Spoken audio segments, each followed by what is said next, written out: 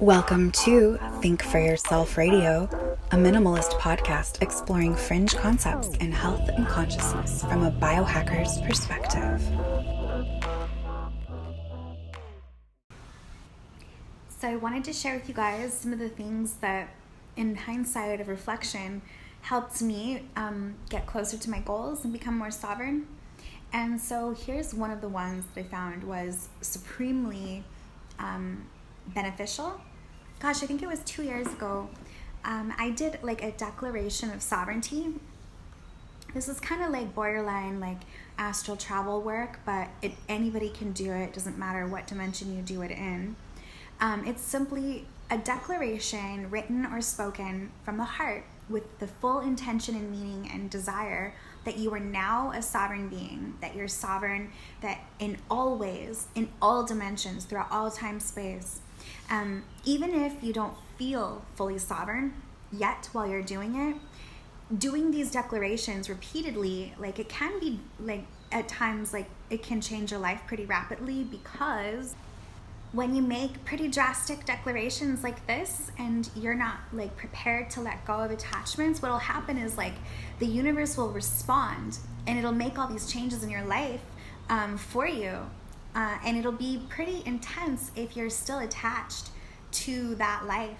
Like when I made the declaration of sovereignty and then I like was ready to put my 30-day notice in of my beautiful little condo in the States, I didn't know where I was going, but I totally surrendered because my intention was so clear that I was going back to nature to live off the earth, to rejoin the garden. And literally within a couple days, I was on the land of Puerto Rico, where I was like, yes, I fell in love. This is where I'm moving. And now I'm literally watching all my dreams of sovereignty unfold. You know, food sovereign, water sovereign, and soon to be power sovereign. But more importantly, time sovereign. And being sovereign with your time, I think, is the most valuable gift we can receive. But it's not even a gift. I take that back. It's our birthright.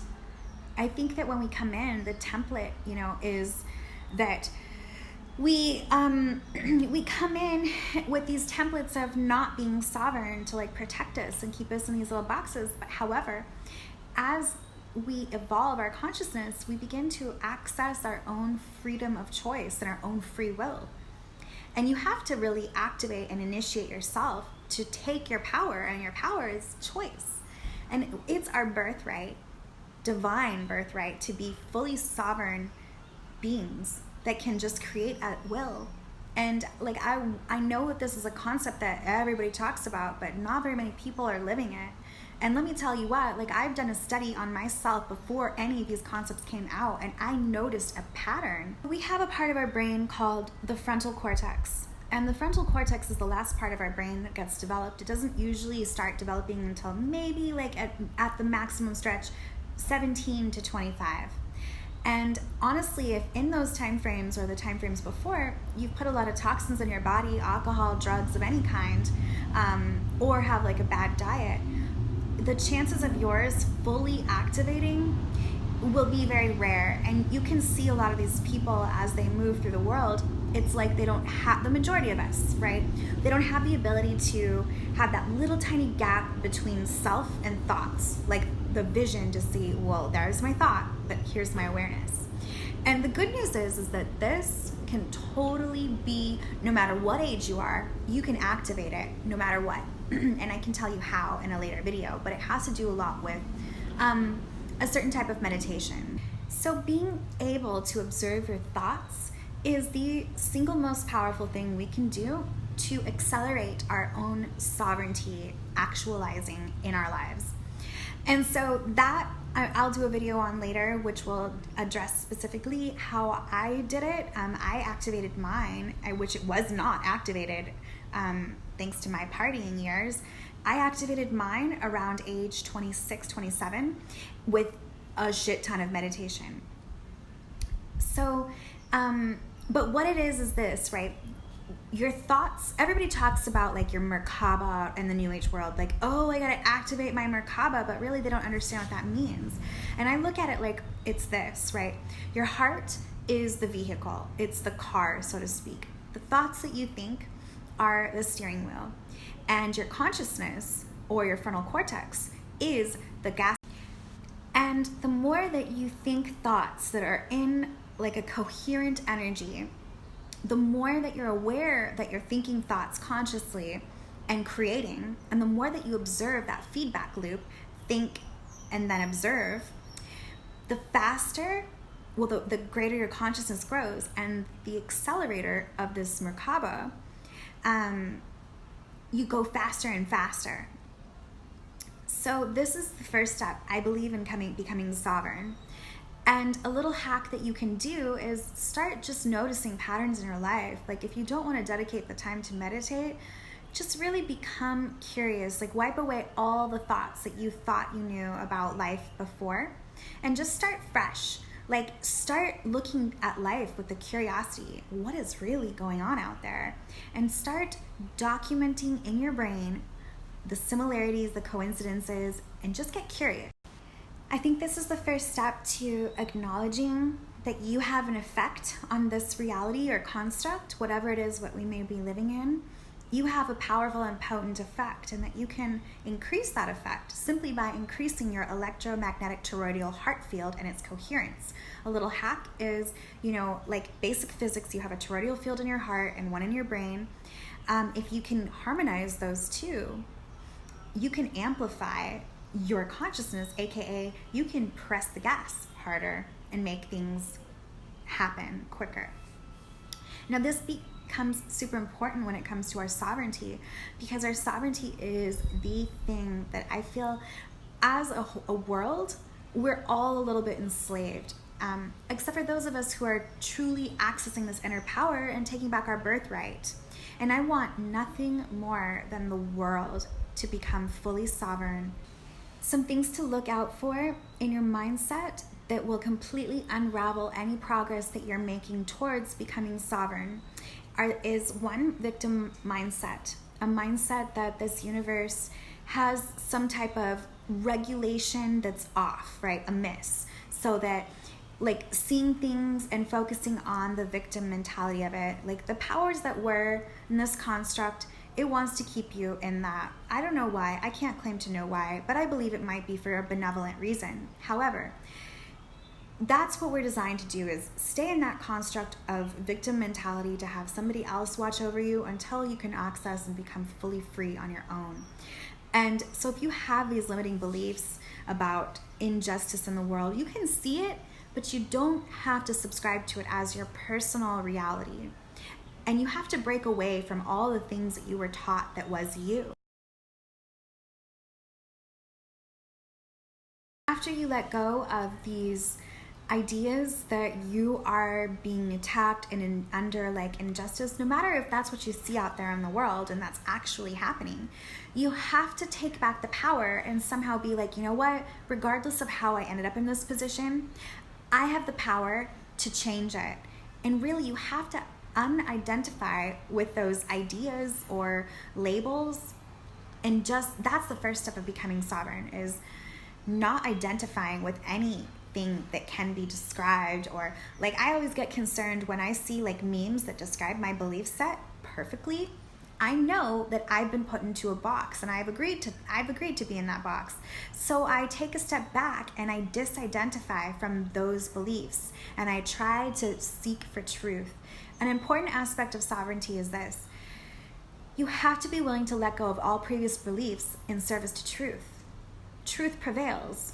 If we refuse to let go of an idea or a belief when presented with truth, then it becomes dogmatic, and all dogmatic beliefs are a prison, essentially. Sovereignty lies outside the confines of all schools of thought that are like subjected and controlled by groupthink, like religion, etc. But that's a basic, everybody knows that. And then the last aspect that I want to talk about right now about sovereignty is this working towards sovereignty. Like, we talk about as above, so below in the spiritual community, but how many of you actually live it? because there is a third dimensional analog to every single higher dimensional, fifth dimensional aspect or spiritual, emotional, even with detoxing, right? Detox your body, permaculture, as above, so below. So what I've discovered is that within these as above, so below constructs of thought forms, when you make a change on the energetic level, it happens instantaneous on the higher dimensions. However, this third dimension is subject to how fast your Merkaba has access to moving. So it takes slower down here, even if you have a pretty fast one. It takes a little bit of lag time. So you might have a declaration of health, sovereignty, love, peace, whatever, but it will only show up in this reality in front of you at the speed in which you have been working on towards accessing with your Merkaba. And there's also a certain aspect of surrender. And I think this is the last thing that I'll add one more thing is talking about this. It's the most important thing out of the sovereignty aspect. And it's counterintuitive. So this concept of surrender seems like it's the opposite of sovereignty. But there is a magic and an intelligence here on these planes that is above our level with this brain of comprehension and design. That is a fact. With our brains, we could not create this world or life or seeds with the plant. Like we cannot actually, nobody on this planet can mimic and create life. So surrender. And surrender comes with trust that this thing that creates life all around you at every moment, when a newborn, like when a baby is born, doesn't matter what the species, food is there, water is there, everything. We're always set up to live. When your desires are in alignment and in support of life, you automatically are ushered into this flow that supports that. When you align opposite to life, you're not supported and you will be struggling. But when you get in alignment, as above, so below, even with little tiny practices that support life, that want to be of service to this love and this life, not light per se, but life. Find the courage within you to make your declaration of what you want and your sovereignty, and then to surrender and be really open and available for it to flow at you from all aspects, from every single direction and angle that it could possibly. This is opening up to abundance and surrendering, and then trusting. So start small if you have to, in order to build that trust between you and this beautiful, living, intelligent construct. Start small, try building acceleration in your Merkaba with little tiny manifestations. Just be very aware of it. And if you want to know how to increase your brain power and your consciousness, I can help you with that. I offer a dance class at my retreats that is essentially designed to increase this field while having a lot of fun and getting all wild and tranced out with your own dance. But anyways, there's also some other things that you can do to really increase your ability to perceive your thoughts. Detox, especially getting heavy metals out, of the body and the brain. And all of this will work in synergy that will ultimately end up carrying you to your destination of sovereignty. And what that might look like don't be afraid, right? Not everybody's sovereignty is going to look exclusively like growing all your own food from scratch, from wheat to cracking it. Not everybody's going to look like going off grid. It might just look like having passive income and getting to do what is your true calling and your offering. And of course, there will be a time of rest and recovery, because when we come out of the system, of the slave system, we have some very real trauma, and we might be exhausted from being overworked. So there might be a time that you can just have to rest. And in that beautiful time of rest, you'll be cultivating all your gifts and all the art inside of you that the earth needs. So I would love to invite you to envision with me a world where we are truly abundant, so abundant and so in harmony with nature that anything we think of happens effortlessly, where our time schedules are cleared of mundane tasks that we don't need, so that we can truly go and, bake that cake or hold that ceremony or whatever it is, that is your true offering. Like, imagine a world where each of us are so free that we're able to just live our beautiful calling from the heart, where we're able to have enough healthy, clean food and water to do whatever it is, and we don't have to worry about existing. Think about all the technological advancements that could happen if this truly was allowed to exist. And I think that we are very close on the cusp. To talk just briefly about some quantum physics concepts, think of the way I see reality existing right now is budding like, the cell, the zygote. When it becomes fertilized and then it divides and it becomes 2 cells and then 4 and then, it grows and grows and grows and becomes like the egg of life, or the egg of life. And the cross section of it is the flower of life, and that's sacred geometry. So I see our reality on Earth actually at a crucial crux time where we are undergoing this exact mitosis vibrationally. And if you were to take all the possible realities from utopia, and we'll set perfect blissful utopia at a number 10, and we'll set absolute worst nightmare hell on earth Armageddon at a 0, and we were to divide it equally 1 through 10, 1 being the worst nightmare, 10 being the best possible, I believe that you have any option in between there. And your Merkaba, your thoughts are going to drive you to these worlds as they pull apart. And this is evidenced as in, you can see the evidence of this like the Mandela effect.